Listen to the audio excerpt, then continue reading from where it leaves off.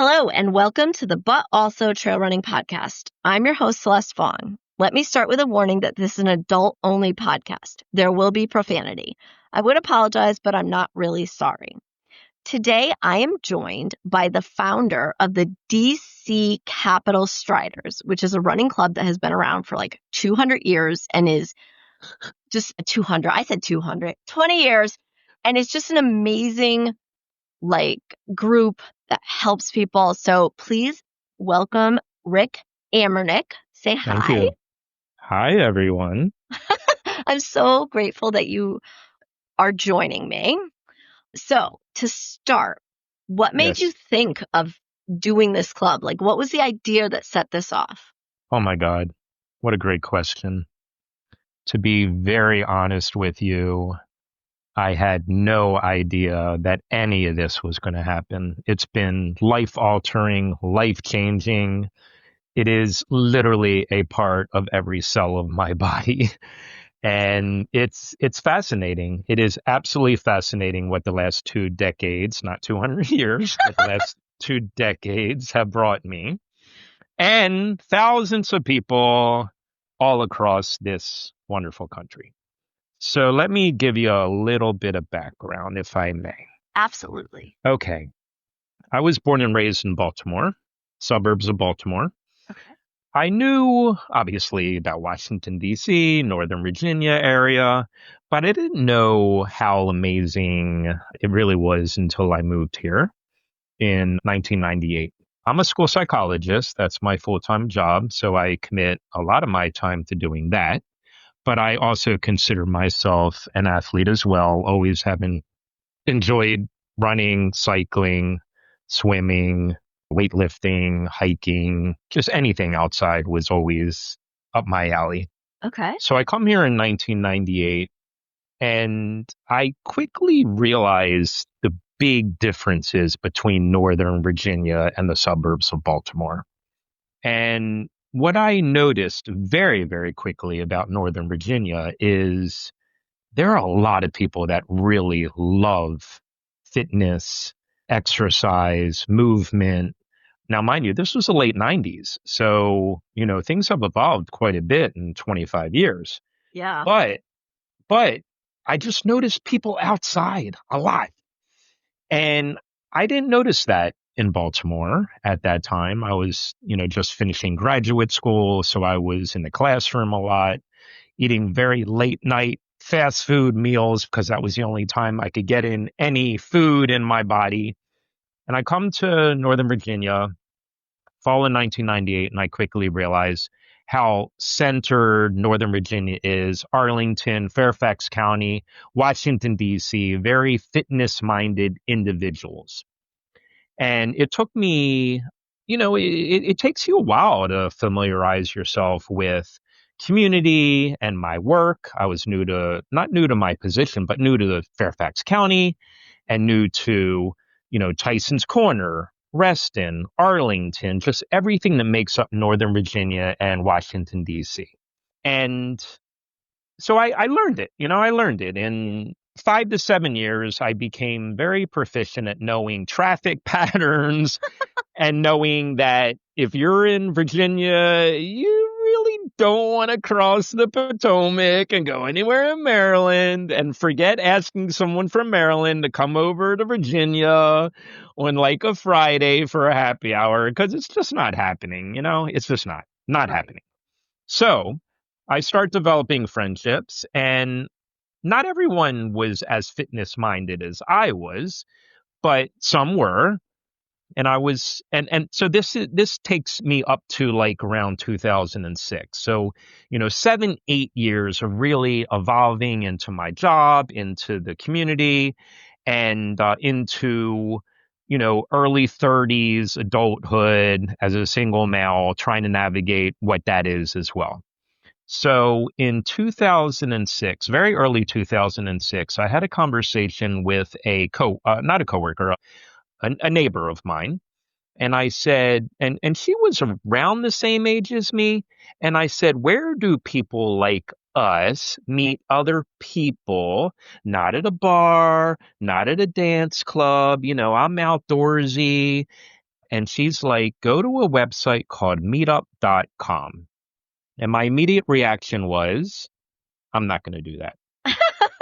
I was like, I want to meet people, but I'm not interested in finding people to date. Like, this was when like AOL and chat rooms were very busy and Yahoo dating and whatever these dating profiles were, they were like spawning like all the time. And I said to her, no, no, no, no, no. I said, I think you misunderstood me. I said, where do people like us meet people, like similar activities? And she's like, no, this is the right place, meetup.com. And so I looked at it, and this is spring of 2006. And I noticed that there are a lot of clubs, biking clubs, art clubs, photography clubs, nature clubs, reading book clubs. And so I literally just put running Washington, D.C., because I was living in Virginia at the time, but I really wanted to know Washington a little bit more. So literally forced myself to embrace the Washington, D.C. culture and D.C. scene. So I saw a page that literally just said Washington running. And they ran on the National Mall right outside the Smithsonian Metro.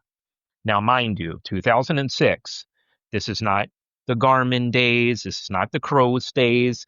This is not, like the running shoe days. I'm probably literally in a pair of Nikes that you would wear on like a tennis court, Yeah. And I'm wearing all cotton white socks. I'm wearing probably lacrosse shorts that are made of all polyester. I'm wearing a white cotton shirt.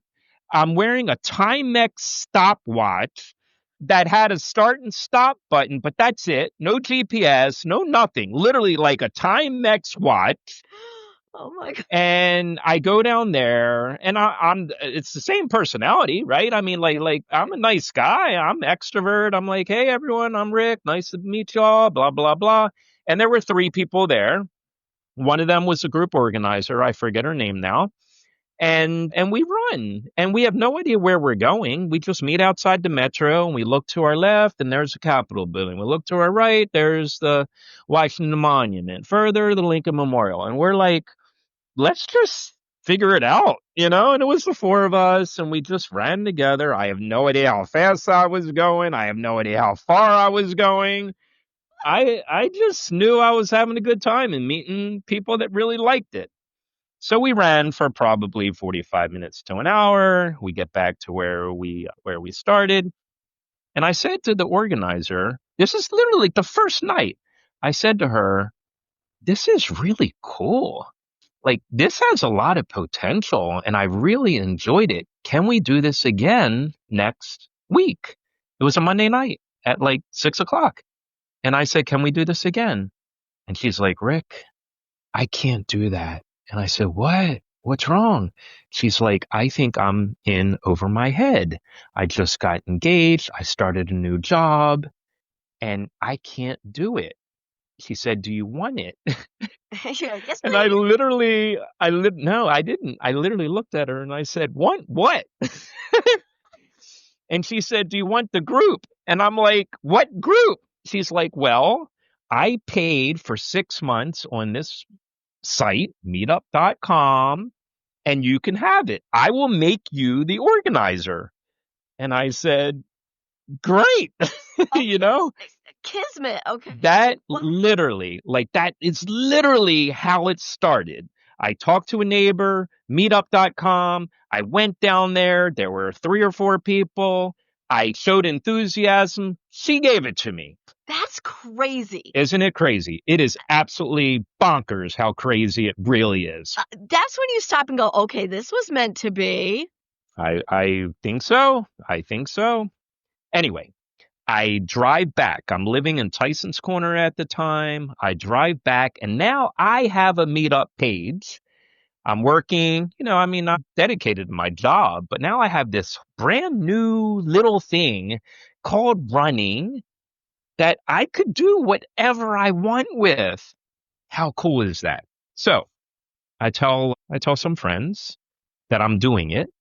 I tell my family that I'm doing it, and and I do it. And there's a calendar on the Meetup site. We don't use it anymore, but there's a calendar on there, and I'm like, add run, add event. Like, I'm trying to figure it out, right? And I'm like, okay, run on the National Mall, April. So it was April 6th, I think, was the first, like, that was the first day I joined. Yeah. But I think it was April 13th. Like our really like our inaugural like event, you know? Yeah. April 13th, whatever. I could be off by a couple of days, but I know it was early April. And I go down there, and the lady that gave it to me, she wasn't there. She she was done. But the two people that were there came again, and then there were like three or four more. And I'm like, "Hi everyone, I'm Rick. It's nice to meet you. We're gonna run around for an hour, and everyone's welcome. Don't worry about who's running with who. Like we'll try to stay together, but we don't have to, Yeah. And we'll just go here, we'll go there, we'll go there, we'll go there." We got back, and it was a blast. Now, mind you, I'm still in my Timex. I'm still in the cotton.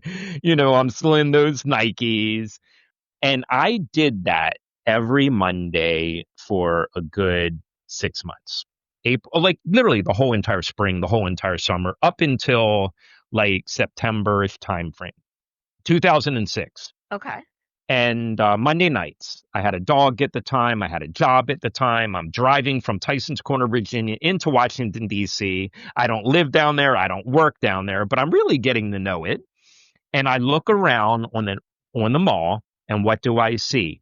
I see singlets, Potomac runners, Capital area runners, Washington Running Club, Georgetown Running Club, GRC.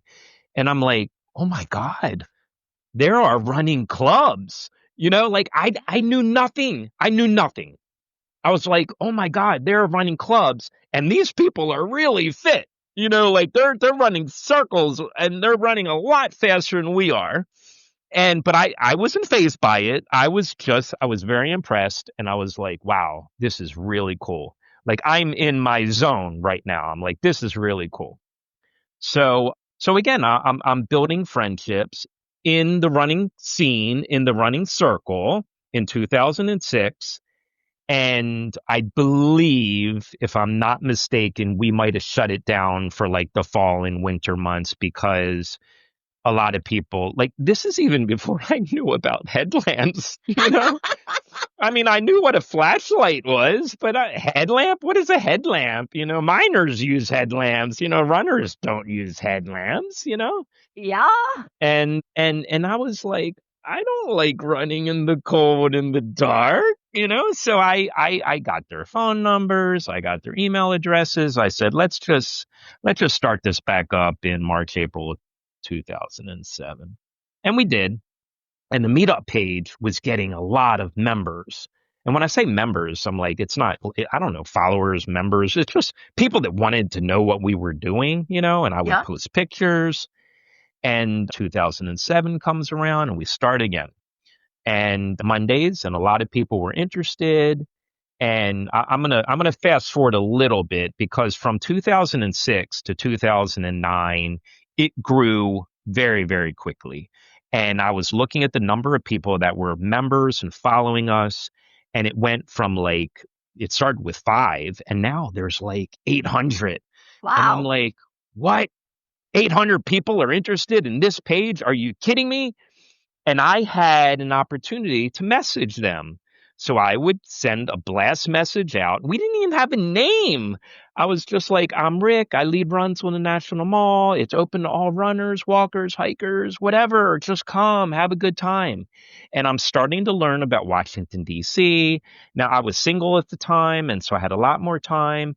And we would go to like Capitol Hill afterwards. Join us for a beer, join us for food after the run if you want. Some people would just join us and wouldn't even go to the run, Well, right, because it's more than just running. It's running and socializing. Of course. I'm learning this.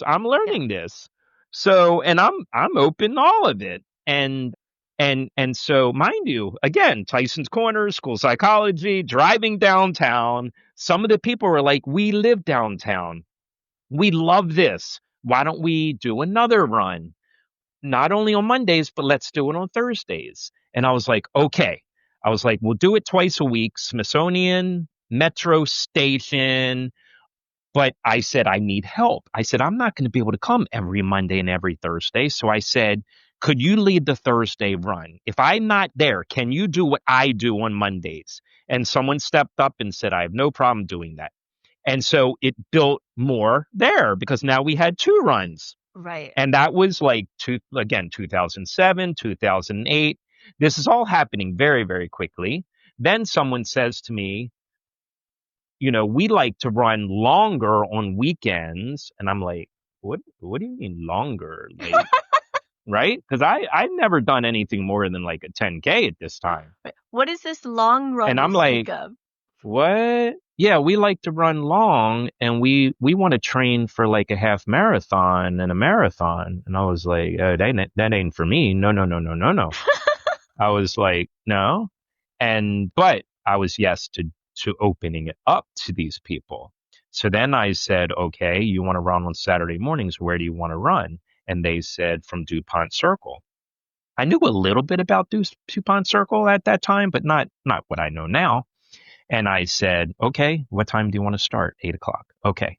I'm going to create a Saturday morning longer distance run from DuPont Circle on Saturdays.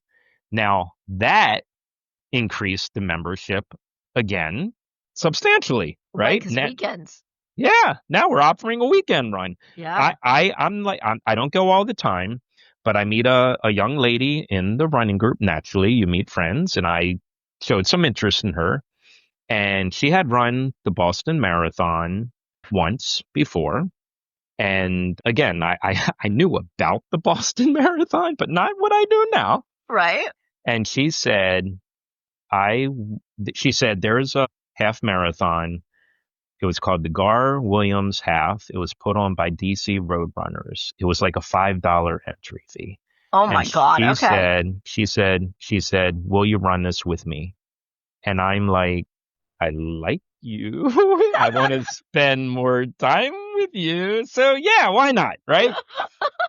I mean, why else do people do things like that? Right? Something has to hook them, right? Oh yeah. Yeah. And there are worse reasons to do it. Oh yeah. No, that was my hook. I got to spend a little bit more time with her, got to know her a little bit better. And I slowly became a better runner, obviously, because of it. Yep. And I slowly learned about Pacers running stores, Potomac River running stores, Georgetown running store.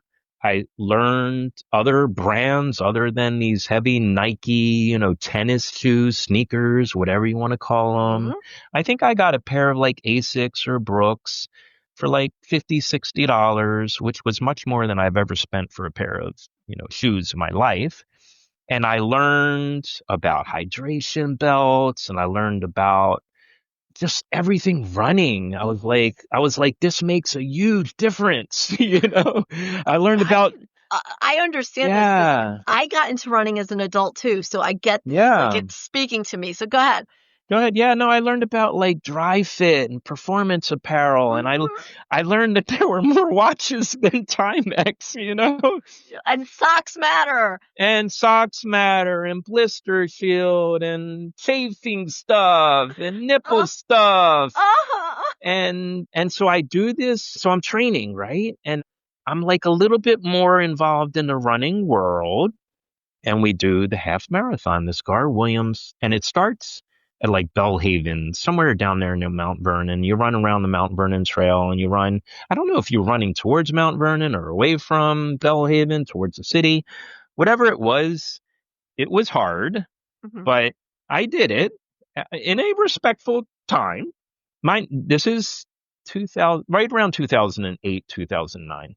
Okay. And then we finish, and she says to me, what's next, right? And I'm like, are you my girlfriend? Is that what's next? Right? Because I'm kind of interested in that part, And she's like, no, she's like, there's a marathon in Washington in spring of like 2009 or 2010. It was called it's not even around anymore. It was like the National Marathon, which rock and roll bought, and then they changed it into the Rock and Roll Marathon. But it was like the Sun Trust, I think it was the Sun Trust National Marathon. And it was like you started at RFK and you finished at RFK and you run all around the city. And again, I still liked her. And I had time because, we had 6 months. And I was like, okay. And then she said, I want to run it in under 4 hours. And I didn't know about pacing. I didn't know what a 4 hour marathon meant. Right. I know now, Right. And she's like, we have to keep like just at 9 minute miles or just a little under 9 minute miles to make the under 4 hour cutoff. And we ran it, the Smithsonian, we ran it DuPont. It wasn't just me. There were a lot of other people that did it. But, and so now we had the Smithsonian run, we had the DuPont run, and then other people were like, we live in Capitol Hill. Can we create a Capitol Hill run? And we run in the mornings. And I'm like, okay, I need an organizer, right? So then we had like a Capitol Hill Wednesday morning run. And then, that fall, we ran the marathon, and I, I I could have finished faster, but I was a nice guy. I wanted to be around her. Yeah. And so we get to around mile 22. We had just done a hill up near into Cleveland Park and or along Rock Creek, and you go up a hill into like the Cleveland Park, Adams Morgan area. And there's a lot of people cheering us on. And I distinctly remember getting up the hill, and she was struggling to get up the hill. And I was literally like running circles. I ran like 10 circles around like a trash can or something. And these people looked at me and like, what is wrong with this guy? Like, just get going, man, get going. The finish line is 4 miles that way. And I'm running around a circle, running around. And finally she gets to me and I'm like, you okay? You okay? You need to walk, blah, blah, blah. I'm being a nice guy, right? And I still have some fuel left in the tank. So pacing her and I'm guiding her to that 4 hour finish because I really wanted it for her. And there's clocks on the course and there's mile markers on the course. And I know our general pace. And I'm like, we can do it. We can do it. We can do it. We can do it. And we did it. We finished in like 3:58, like 57 or something like that. That's amazing. Time to spare.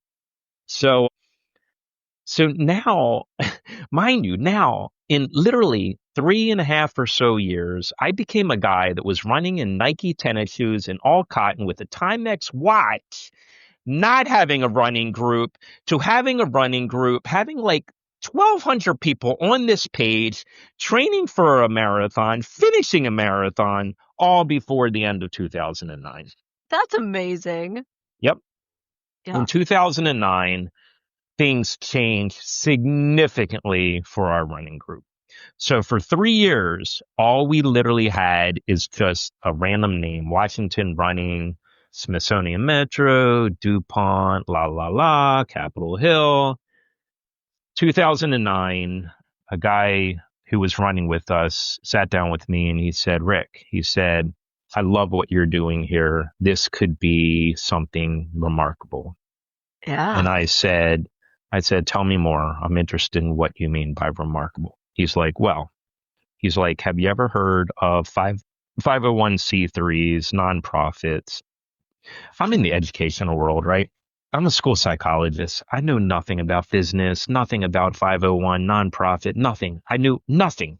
Mm-hmm. He told me that he was on the board for Burma Humanitarian Fund or Burma Humanitarian Mission, where they raise money to educate mothers in Burma, water supplies, healthcare, just like all this such cool stuff. Yeah. And it hooked me.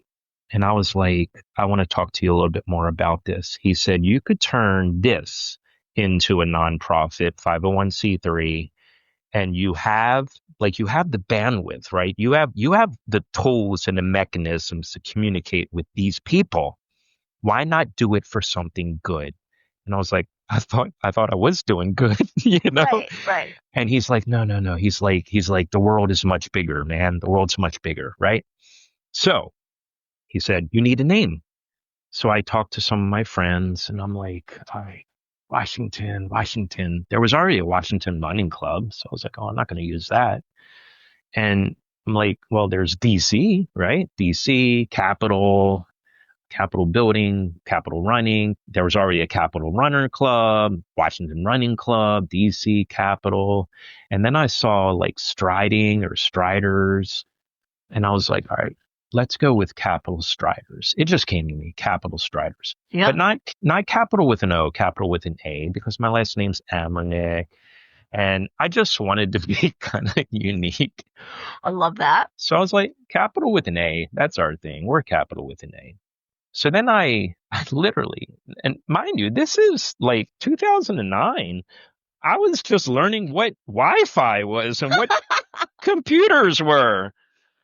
And I did a Google search and I looked up Capitol Striders and there was a Capitol Striders in Iowa. And I'm like, why is there a Capitol Striders in Iowa? Yeah, that's not the capital. And I was like, that's not the nation's capital. What are you talking about? And they had an A also. And I was like, oh man. I was like, I really like Capitol Striders. So a friend said, just put DC in front of it. And I was like, isn't that too many syllables, too many words, DC Capitol Striders, you know? It's like, you know, a mouthful, you know? Yeah. But we stuck with it. And then I said red, white, and blue, colors, nation's capital. I was like, I like that. I like red and blue. I like white. And then I looked on like, I don't even know, you know, how to create images, you know, and how to move things around on your computer. I might have had an art guy help me out at work that knew Photoshop. I don't even know what they called it at the time. And I was like, okay, let's pull this capital over here. Let's pull this runner over here. Let's pull this banner over here. Let's make this red. Let's make this white. And we played with it for a while. And I was just learning what Adobe was. I didn't even know what Adobe was at the time. Yeah. And we got it. We got it. We got a logo. We got a name. And then I met up with the guy again. I said, I did what you said. We have a name. We have like a brand, you know, and now on Meetup, we had a logo and it was called DC Capitol Striders Running Group, you know? Yeah. And that was like the start. 2009 was like 2006 started the foundation, but 2009 was really like the formal launch of it, you know, with a brand, with a logo and colors. And he said to me, he said to me, you need to incorporate. It's like, what are you talking about, man? Incorporate. He's like, well, you need to talk to some people because you can't do it all by yourself. You know, you need a board of directors or you need a leadership team. You need people that know finance, people that know social media, people that know this, people that know that, and you can't do it by yourself. And so I talked to some people and I got some people on board very quickly. They're like, I love it. I love the story. I want to be a part of it. And this was, I don't know if you remember, I don't even know if you were in the area at the time, but it was 2009 and there was a large earthquake in Haiti. Yes, I remember that. And it demolished Haiti and they needed help. And at the same exact time, I was communicating with a guy named Jay Wind. He is a race director of a company called safetyandhealthfoundation.org. And he was hosting some races on the C&O towpath out of Georgetown. And again, like I said, I was starting to embrace the running world and getting to know more people. And I got to know him. And we got to talking and he said, I have a permit to host a race on the C&O towpath out of Georgetown this weekend. He's like, do you want it? And I said yes, but I was like, what did I just get myself into? Right. So he helped me a lot. He helped me a whole lot because he knew about, I think it was called like raceit.com. I don't even know if they're still around, you know. This was before Run Sign Up. Right. I think it was called raceit.com. And he said, I can create a race and we'll just call it Run for Haiti. And I was like, yeah, man, let's do it, right? Let's do Sounds it, good. right? I was like, yeah. So now on our Meetup calendar, we had a race for Haiti. And it was just a 5K, and I got to know Michael Wardian through some other people, and Uh-huh. he became a friend, and he loved the idea also. And I said, Mike, please run this race. Please run this race. Right? Yeah. No lie. It was an afternoon race. It was like a 4 o'clock race. He said, Rick, I'll do it for you. Because I wanted a name, right? Right. I wanted to say Mike Wardian's going to run this race for Haiti, and I'm forever grateful for him. And little did I know, he had actually ran a marathon, I think, that morning in Delaware or somewhere. I had no idea. I had no idea. All I knew was Mike Wardian was coming at like 3:30 for a 4 o'clock 5K in Georgetown, and we had about 125 people show up for this race. That's With not bad for like a first with inaugural race. bibs. We knocked it out of the water. I was like, this is so cool. I was hooked. I was hooked immediately to the whole racing scene and running scene. I just loved the philanthropy aspect of it. Now, we didn't have like a bank account yet, so it was all going through Jay and his 501c3 connections, but he was really good to us. He's like, this is 100% your event. I'm just going to help you time it. I'm going to help get bibs for it. We got bibs from Georgetown Running Company. We had some goos out there, some gels out there that were just donated to us because they wanted to be a part of this event. And we did it. And I have pictures of it. It's not on our website. I should put it on there, but I still have photographs of that event. And Mike wound up winning it after doing a marathon that morning. He still won the 5K. I mean, that sounds. Yeah. I mean, why wouldn't he? Right? He did. And this was the fall of 2009. And we wound up not only writing a check to the Haiti whatever foundation, we had some extra money. And I said, let's write a check for American Red Cross also, because they were involved also. Yeah. So I distinctly, it's like spine chilling to me to go back and remember everything that we did, from literally just having a conversation with a neighbor about how do you meet people in this area. God, that's such a. Isn't it phenomenal? It's beautiful. It's amazing to me. I think we wrote a check for $1,500 to the Haiti Relief Fund. We wrote a check for $1,500 to American Red Cross. I'm taking pictures with these people. I'm like, we're DC Capital Striders, Yeah. and here's your money, And I was like, I want to do this. I want to do this. I'm committed. I want to do it. Right. So we go to BB&T. We get a bank account. We put together articles of incorporation. We have bylaws. We're meeting in 2009. All this is happening very, very quickly, and I'm full on board. I'm still a school psychologist. I'm still committed to my full-time job. But really, this is becoming a job also. Yeah. And I met a remarkable amount of people very, very quickly. I was asked, and like I said, 2009 was definitely the year of DC Capital Striders, because everything just blasted off from there. I got a phone call from Elise Brainer. Elise Brainer had been a very popular brand marketing person with Pacers running stores, who I don't even know where we met, but she loved the what we were doing. I think she ran that Haiti race, and I think she was kind of like feeling the energy, and she got recruited by, I don't know if you remember, but North Face used to do the North Face Endurance Challenge. And they were just opening up their flagship store in Tyson's Corner Mall. She knew that I lived in Tyson's. And she said to me, Rick, I was selected to be a trainer for the North Face Endurance Challenge training program. They're running anywhere from 5Ks all the way up to 50 miles. Okay. And I said, WTF to myself, like, what are you talking about? And she's like, would you like to be my assistant? How can I say no to that, right? You have I'm like, to do that. Elise, I would love to be your assistant. Tell me what you need me to do. This is where it gets really good.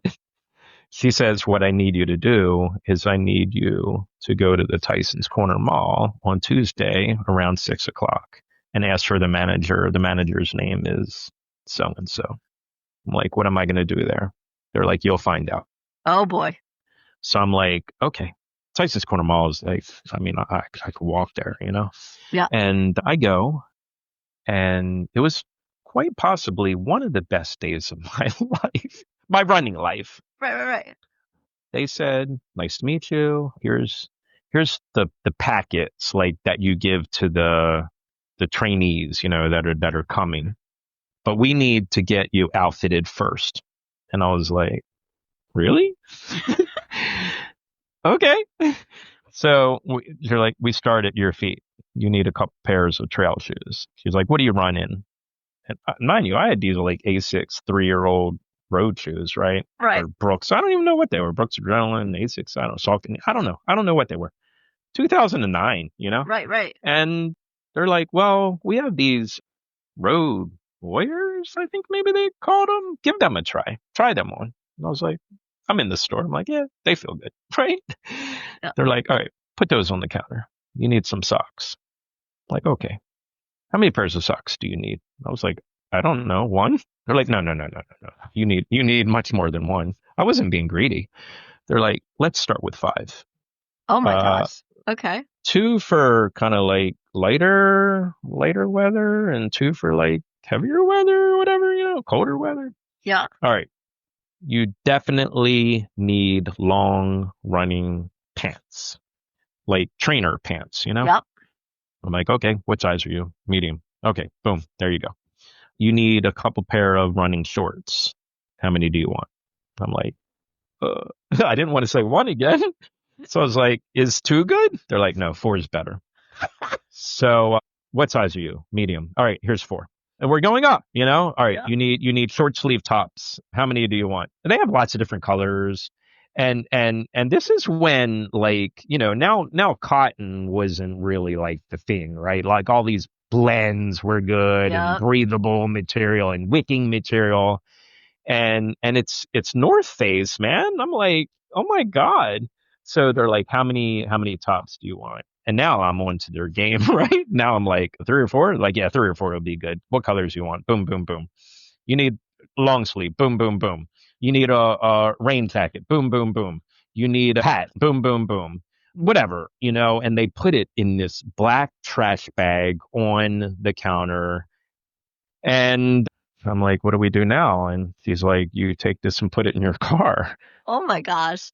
And I'm like, what just happened? So now I have all this really cool North Face gear. I check in with Elise later that evening or the next day, and she said, we're meeting the runners at Difficult Run parking lot in Great Falls. I'd never been there before.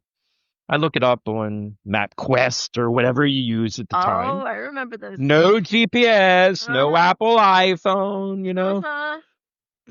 And I show up, and I know Elise, so I know what she looks like. I know who she is. I didn't know anybody. And now I'm wearing my North Face gear and I feel legit, right? Right. And I ditched the Timex watch. I think I had some other kind of, this was before GPS, but there were watches that were a little bit more running friendly. Right. And I feel like I look good. I feel like I look the part, but I've never been trail running before. I had hiked trails, but I didn't know what trail running was. Mm-hmm. And there was about 20 people there. And about half were doing 5 and 10Ks, and about half were doing like half marathon, 50K and 50 mile. And I said to Elise, I had run the marathon, right? But I had run a road marathon, and I didn't feel like I was really that expert at training for these ultra marathons. You know? And she's like, no. She's like, don't worry about it. She's like, you work with the 5 and 10K people. because you have a lot. I had a lot more interest in that distance, and I'll work with the longer distance folks. And I was like, okay, good deal.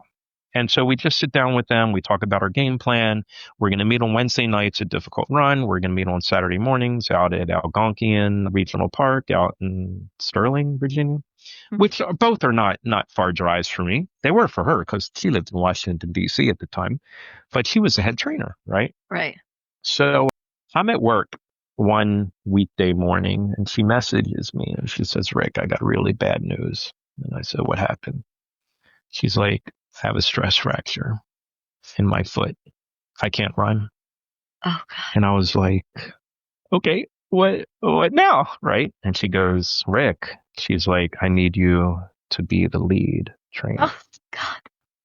Because it was too late, right? Right. She's like, well, they can't find another one. So I was like, I'm all about it, right? I'm an optimist. I'm like, I just want to embrace running energy. I want to learn as much as I can. I want to take on the role. I want to be responsible. And I loved it. I liked being outside. I liked fitness. I liked running. It was all gelling. It was all coming together. And she's like, I will come to Difficult Run. She's like, it was her right foot. She couldn't drive. I don't know if you remember this also, but this was right around when Uber was starting. Right around 2009-ish. That's when they started, right around there. Oh, I And didn't know that. she's like, I'm going to take an Uber out. And I'm thinking, what is an Uber? Yeah. But she got rides out to Difficult Run and out to Algonquian. I don't know if North Face was paying for it or not, but she got rides. She got there. Yeah. Every single time she was there. And she was doing physical therapy and she was getting herself back to where she was before her stress fracture. But I was meeting a lot of people and I was running more and more and more on trails, not on road. I was still going down to Smithsonian every Monday, sometimes on Thursdays, but I was definitely running trails on Wednesdays and I was definitely running trails on Saturday mornings. And I was working with the longer distance folks because the shorter distance folks didn't need anyone to run with them. The longer distance folks did, and we had maps and I fell in love with trail running in 2009. As we do. As we do. Mm-hmm. And I've never looked back since. Yep. And I learned very quickly the difference between a road 5K-er and an ultra 50 miler. Oh, yeah. And I was like, I mean, I don't know how many people are going to listen to this, but I was like, I kind of like these people better. They look like they're having much more fun. Because these people are really intense and these people are really chill and they're really cool people. Oh, yeah. And I was like, I know where I belong now, right? But I still had DC Capitalist Riders, right? And that was my love. That was my baby, right? I wasn't a father like I am now. That was my child. And so I couldn't venture too far away from that. But I became a good, quote unquote, good trail runner. I think I got up to around 16, 18 miles with them. But they were doing like 50K and 50 miles. Yeah. But they didn't need me to run more than that with them. And they did. They ran the North Face Endurance Challenge in the fall of 2009. And I had a conversation with a very good friend of mine who you might know. His name is Thomas McNulty. They call him Big Tom. He was very enmeshed with Virginia Happy Trails Running Club that I did not know at the time, but I quickly learned was some pretty freaking awesome people. And Tom and I bonded. We became good friends. I became good friends with other runners as part of that group. They had finished the race, and the next day I get a phone call or a text, whatever at the time, and I'm talking to Tom, and we both said, we can't stop. We can't stop doing this. Right. We have these really cool people. We can't stop doing it. And I had DC Capital Striders Running Group, and I had a calendar, and I had access to people. And he's like, let's just keep it going, man. Let's just keep it going. Wednesday night at Difficult Run. Let's run every Wednesday. So now we had a trail run on Wednesday nights at Difficult Run. So now I have these runs downtown, Capitol Hill, DuPont Circle, Difficult Run in Great Falls. And again, I'm just building momentum, meeting. We have bylaws, we have meetings. We're just starting the growth of what we are now. This has taken you from 2006 all the way up to 2009. Yeah. Okay. If you want me to pause, if you have any questions, I will answer them. I mean, this is just so Yeah, beautiful of a story. It's like, it's life such changing. Life like, changing for me. you start with just this simple conversation, right? Yep. And it just That's how it all evolved. blooms into this beautiful thing. And I'm listening and you're like, okay, well, we start with like, Yeah. we start here and we're just doing a little miles. And it's like, okay, then we're doing a half, then we're doing a full. So Yep. now you're including like, oh, we're going to add the long run. Yep. And now you're adding the trail runs. And then it's like, and just like a spider web, when you look at a spider web, it starts in the center. And the center was me having the conversation with, her name was Emer. She was from Ireland. And Meetup, and then the conversation with the leader of Meetup that just happened to be engaged and start a full-time job, that just happened to see my enthusiasm and said, Rick, you can have it. And then my enthusiasm building and my energy and my flexibility and my saying, let's just build, DuPont Circle, okay. Capitol Hill, okay. Like Georgetown, okay. And it just started spreading. And then those networks created more networks. So like the DuPont Run network created the Adams Morgan network. The Capitol Hill network created like the Lincoln neighborhood, Lincoln Park neighborhood. And then H Street was just starting to build because the Nationals like started getting their stadium, and like so the H Street like waterfront started building. And then I'm still out in Northern Virginia and meeting people, and then the trail group started building more, and then I started learning more about Virginia Happy Trails Running Club and what they're doing with all their races and their fat asses and just whatever. I mean, I'm just building networks, building connections, and those connections built more connections. And I kept saying, stick to the basics, stick to the core, fundraising, charity, doing good, benefiting. Like I wanted to keep it simple, but make it centered around fun, fitness, a formula for everybody. We started organizing trash runs. We called it DC Capital Trash Runners or something like that. I met people with a company called Attain, Atayne, and they were making shirts out of recycled materials. And I was like, how cool is this? Then I met people with the Potomac Conservancy, the Nature Conservancy. And I was like, what do you guys do? Oh, we do hikes and we clean up trash along the Potomac River riverbed. And I was like, I want to do that. And so I did that. And then I created these trash walks or these trash runs on the Meetup page.